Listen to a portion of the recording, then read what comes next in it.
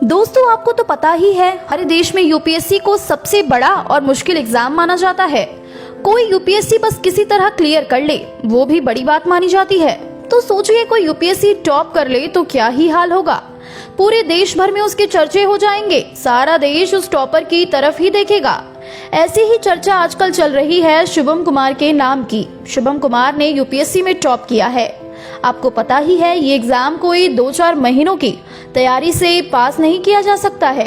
इसके लिए लोग सालों मेहनत करते हैं, लेकिन फिर भी जरूरी नहीं कि आप कई साल मेहनत करने के बाद सिलेक्ट हो ही जाओगे। बहुत से लोग इसमें फेल भी हो जाते हैं, लेकिन याद हमेशा पास होने वालों को ही किया जाता है, फेल वालों को भुला दिया जाता है।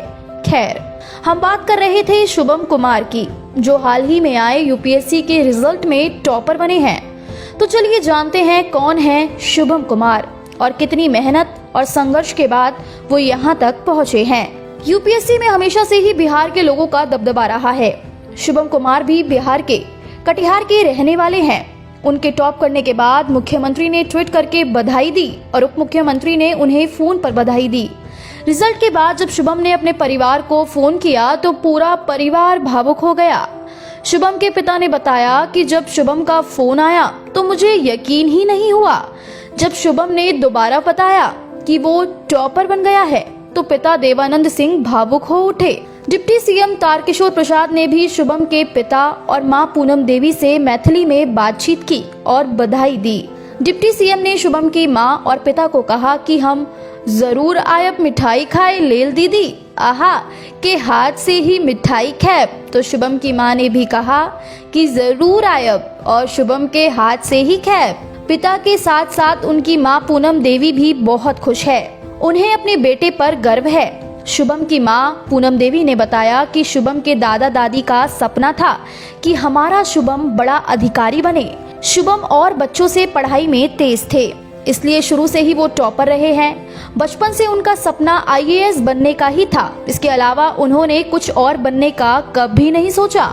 शांत स्वभाव वाले शुभम शुरू से टैलेंटेड थे। 6ठी क्लास के बाद वो पढ़ाई के लिए पटना आ गए। शुभम का कहना है, मेरा जो एटीट्यूड रहा है उसके आधार पर मैं आईएएस में ही फिट बैठता हूँ।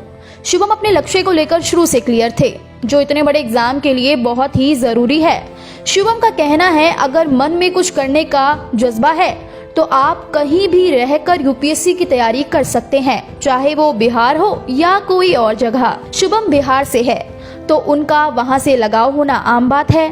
वो अपनी पोस्टिंग के बारे में कहते हैं कि बिहार ही उनकी पहली चॉइस है। वो वहाँ के लोगों की सेवा करना चाहते हैं, लेकिन अगर किसी वजह से उन्हें बिहार नहीं भेजा गया तो वो मध्य प्रदेश जाना चाहेंगे। शुभम अपने एटीट्यूड को सिर्फ यूपीएससी के लिए ही फिट मानते हैं। तो दोस्तों, आप खुद को किस चीज के लिए फिट मानते हैं? शुभम की तरह आप भी अगर अपना लक्ष्य साफ रखेंगे तो आप भी एक दिन जरूर सफल होंगे।